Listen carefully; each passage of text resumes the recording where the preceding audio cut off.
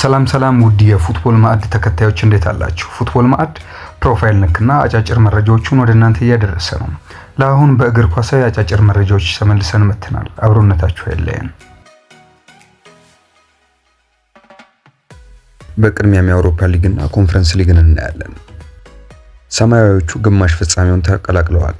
በአውሮፓ ኮንፈረንስ ሊግ ሩብ ፍጻሜ የመልስ ጨዋታ ቼልሲ ከፖላንዱ ክለብ ዋርሳው ጋር ያደረገውን ጨዋታ 2-1 በሆነ ውጤት ተሸንፏል። የዋርሳውን የማሸነፊያ ግብ ፔካርትና ካፓዋዲ ሲያስቆጥሩ ለቼልሲ ኩኩሬላ ከመረብ አሳርፏል። ሰማያዊዎቹ ጨዋታውን በድምር ውጤት 4-2 በሆነ ውጤት አሸንፈው ግማሽ ፍጻሜውን መቀላቀል ችለዋል። ቼልሲ በዘንድሮ የውድድር ዘመን በኮንፈረንስ ሊግ የመጀመሪያው ጨዋታውን ተሸንፏል። ግማሽ ፍጻሜ ተፋላሚዎች እነማን ናቸው? ሪያል ቤቲስ ከፊዮረንቲና፣ ቼልሲ ከሬድ ቢሆን ኦር ጁርጋደን ይሆናል።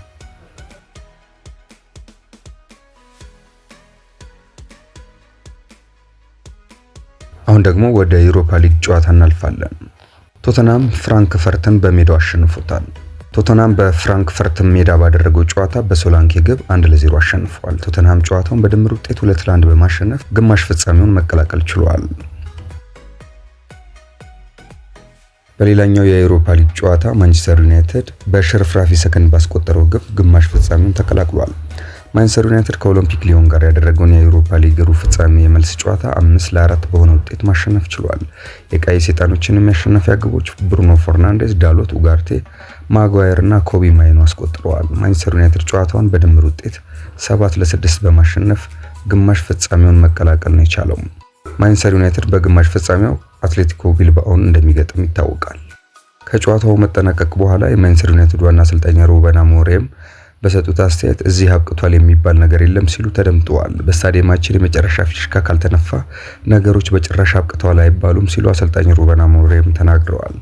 ሃሪ ማጓየርን አጥቂ ያደረግንበት ምክንያት በጭንቅላቱ ገጭቶ ማስቆጠር የሚችል ብቸኛው ተጫዋቻችን እሱ ስለሆነ ነው ያሉት አሰልጣኙ። ማንቸስተር ዩናይትድ በቀሪው የፕሪሚየር ሊግ መርሃ ግብር ወጣት ተጫዋቾችን እንደሚጠቀም አሰልጣኙ አክለው ገልጸዋል። አሰልጣኙ በሰጡት አስተያየትም ቡድናቸው በቀጣዩ ሙሉ ትኩረቱን ዩሮፓ ሊግ ላይ እንደሚያደርግ ነው ያረጋገጡት።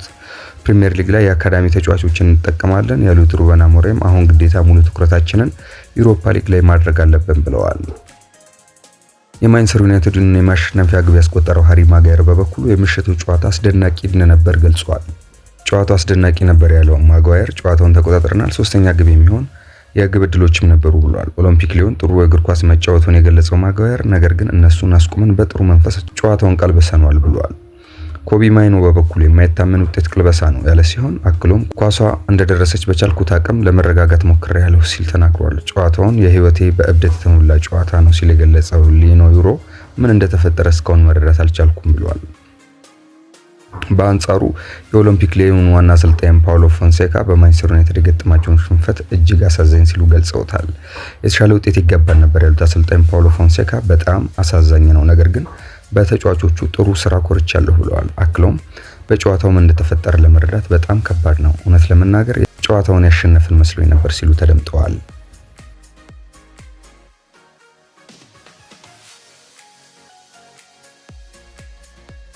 ከ8 ዓመታት በፊት በ2017 ልክ በዚህ ሳምንት ነበር ብራይተኖች ለመጀመሪያ ጊዜ ወደ እንግሊዝ ፕሪሚየር ሊግ ማደጋቸውን ያረጋገጡት። ሳቢሳዎቹ በፕሪሚየር ሊጉ ጉዟቸው የመጀመሪያ ዓመታት ላይ ላለመውረድ ሲታገሉ የነበረ ቢሆንም ከዛ ጊዜ በኋላ ግን ቀስ በቀስ በመሻሻል ለአይን ማራኪ የሆነ ጨዋታ መጫወትና ለትላልቅ ቡድኖች ትልቅ ፈተና መሆን ችለው ቆይተዋል። በፕሪሚየር ሊጉ የደረጃ ሰንጠረዥ መሃል ሰፋሪ ከመሆን ባለፈ በ2023-24 የውድድር ዓመት 6ኛ ደረጃ ላይ በመጨረስ በታሪካቸው ለመጀመሪያ ጊዜ የአውሮፓ ሊግ ተሳትፎ ማድረግ መቻላቸው የቅርብ ጊዜ ትውስታ ነው። ወደ አሰልጣኝ አንቸሎቲ ስንብት እናልፋለን። በአርሰናል ተሸንፈው ከቻምፒየንስ ሊግ ውጪ የሆኑት ጣሊያናዊ አሰልጣኝ ካርሎ አንቸሎቲ በዚህ ወር መጨረሻ ከሪያል ማድሪድ ሊሰናበቱ ይችላሉ ተብሏል። ጭምጭምታው እንደሚያስረዳው የ65 ዓመቱ ሰው በስፔን ኮፓ ዴል ሬይ ፍጻሜ ከባርሴሎና ጋር የሚያደርጉት ጨዋታ የመጨረሻቸው ሊሆን እንደሚችል ስካይ ስፖርት አስነብበዋል። ባርሴሎና ከሪያል ማድሪድ የሚገናኙበት የ2025 ኮፓ ዴል ሬይ ፍጻሜ ሚያዝያ 18 ቀን 2017 ዓ.ም በሲቪያ ይደረጋል። የዚህን ዓመቱን የአሸናፊዎች አሸናፊ ዋንጫ በምን ጊዜም ተቀናቃኛቸው ባርሴሎና የተነጠቁት ሎስ ብላንኮቹ በሊጉ ሁለተኛ ደረጃ ላይ ከመቀመጣቸው ባለፈ በነገሱበት የቻምፒየንስ ሊግ መድረክም በአርሰናል መሸነፋቸው የአሰልጣኙን ስንብት የሚያፋጥኑት ጉዳዮች ሆነዋል። አሰልጣኙ ማድሪድን በድጋሚ ከተረከቡ በኋላ 2 የላሊጋ እና 2 የቻምፒየንስ ሊግ ዋንጫን እንዲሁም 11 ሌሎች ክብሮችን ማሳካታቸው ይታወቃል። የርገን ክሎፕ ወይንም ዣቪ አሎንሶ የሪያል ማድሪድ አለቃ ለመሆን የታጩ ስለመሆናቸውም እየተዘገበ ይገኛል።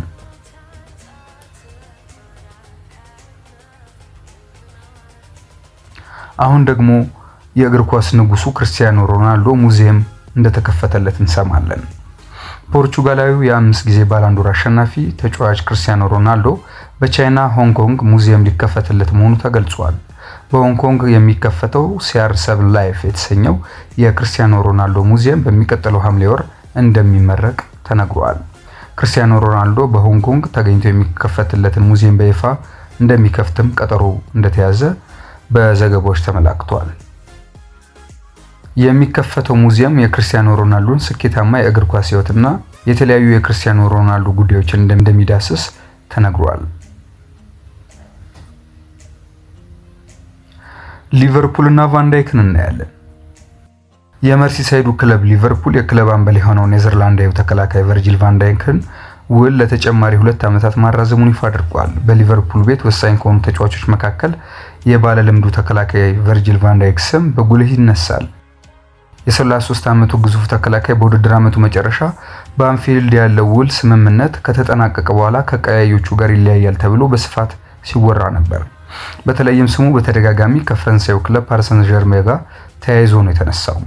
ሆኖም ሊቨርፑል የተጫዋቹን ውል ለተጨማሪ 2 ዓመታት በማራዘም ከወሳኝ ተከላካዩ ጋር እንደሚቀጥል ተረጋግጧል። በአጠቃላይ 314 ያህል ጨዋታዎችን ለሊቨርፑል ያደረገው አስደናቂው ተከላካይ ውሉን ካራዘመ በኋላ በሰጠው አስተያየት ሁሌም ቢሆን ፍላጎቴ እዚህ መቆየት ብቻ ነበር። ሁሉም ሰው ለዚህ ክለብ ያለኝን ፍቅር ያውቃል። በቀጣይ ጊዜያት ከደጋፊዎቻችን ጋር ይበልጥ እንደምንደሰት ተስፋ አድርጋለሁ ሲል ተናግሯል። በሊቨርፑል ቤት ውሌን ማራዘም ሁልጊዜ ዓላማዬ ነበር ያለው ቫንዳይክ ሊቨርፑልን እወደዋለሁ በማለት ተናግሯል። አክሎም ለደጋፊውና ከተማው የተለየ ፍቅር እንዳለው ያነሳው ቫንዳይክ ምርጥ ዓመታትን ያሳለፍኩበት ምርጥ ቦታ ነው ሲል ገልጿል። ቨርጂል ቫንዳይክ ውሉን ባያራዝም በነፃ ለማስፈረም ከፈለጉ ክለቦች መካከል ቸልሲ አንዱ እንደነበር ነው የተገለጸው። ቨርጂል ቫንዳይክ ከሌሎች ክለቦች ጋር ለንግግር አለመቀመጡ ተነግሯል። ቫንዳይክ በመርሲሳይዱ ክለብ ከቀድሞ የክለቡ አሰልጣኝ የርገን ክሎፕ ጋር በመሆን የአውሮፓ ቻምፒየንስ ሊግን ጨምሮ የእንግሊዝ ፕሪሚየር ሊግን የመሳሰሉ ታላላቅ ዋንጫዎችን አሳክቷል። ቀያዮቹ በአምበላቸው እየተመሩ የ2024-25 የውድድር ዘመን የእንግሊዝ ፕሪሚየር ሊግ ዋንጫን ለማንሳት መቃረባቸውም ይታወቃል።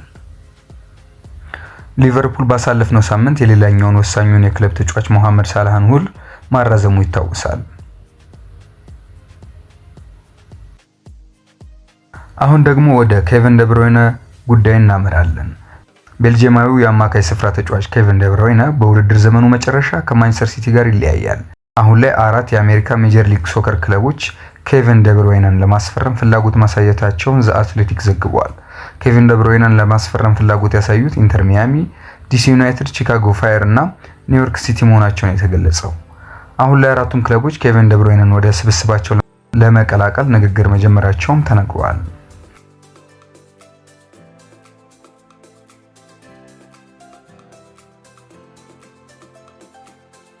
በመጨረሻም የራስሙስ ሆይሉንድን የዩናይትድ ቆይታ እናያለን። ማንቸስተር ዩናይትዶች በዴንማርካዊ አጥቂ ራስሙስ ሆይሉንድ የወደፊት ቆይታ ዙሪያ እስካሁን የመጨረሻ ውሳኔ ላይ እንዳልደረሱ ተገልጿል። በአሁኑ ወቅት ማንቸስተር ዩናይትድ ተጫዋቹን በሚሸጥበት ሁኔታ ላይ እየሰራ እንደሆነ ዘ አትሌቲክስ ዘግቧል። ይሁን እንጂ በሚቀጥሉት ሳምንታት ነገሮች ሊቀየሩ እንደሚችል ነው ዘገባው ያመለከተው።